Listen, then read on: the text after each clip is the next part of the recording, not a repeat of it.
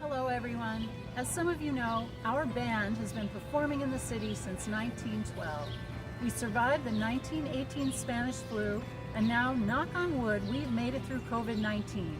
We worked hard to keep the music playing with online performances and to keep band members connected with monthly Zooms. Of course, we can't wait to get back to in-person rehearsals and to serving our community by performing free concerts with a live audience. Throughout the difficulties and challenges of the past year and a half, another Alexandria organization has done an amazing job adapting to the pandemic and serving our city. We're pleased and honored to dedicate tonight's concert to the staff and volunteers of Alive. Founded in 1969, Alive is the oldest and largest private safety net for Alexandrians living in poverty. Alive serves thousands of individuals each month by providing food, shelter, and emergency help.